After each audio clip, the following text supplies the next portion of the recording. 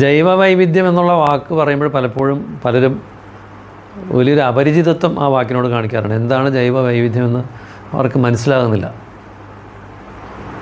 ജീവനുള്ള വസ്തുക്കളുടെ വൈവിധ്യമാണ് ജൈവ വൈവിധ്യം എന്ന് പറയുന്നത്.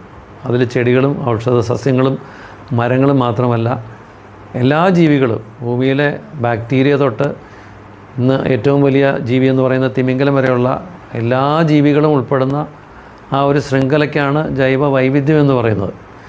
മനുഷ്യനും ജൈവ വൈവിധ്യവും തമ്മിലുള്ള ബന്ധം എന്താണെന്ന് വെച്ച് കഴിഞ്ഞാൽ, ഈ പറയുന്ന വിവിധങ്ങളായ ജീവികൾ, ചെറുചെടികളും പ്രാണികളും കീടങ്ങളും പുഴുക്കളും വലിയ മൃഗങ്ങളും, നമ്മൾ പേടിപ്പെടുത്തുന്ന പഴുതാരയും തേളും പാമ്പും എല്ലാം അടങ്ങുന്ന വലിയൊരു ശൃംഖലയാണ് ഈ ജൈവ വൈവിധ്യം.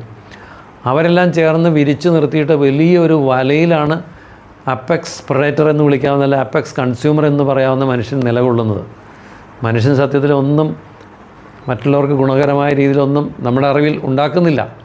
അവൻ എല്ലാം ഉപഭോഗം ചെയ്ത് തീർക്കുന്നത് മാത്രമേ ഉള്ളൂ. അപ്പോൾ ഈ പിരമിഡിൻ്റെ ഏറ്റവും മുകളിലിരിക്കുന്ന ആളാണ് മനുഷ്യൻ.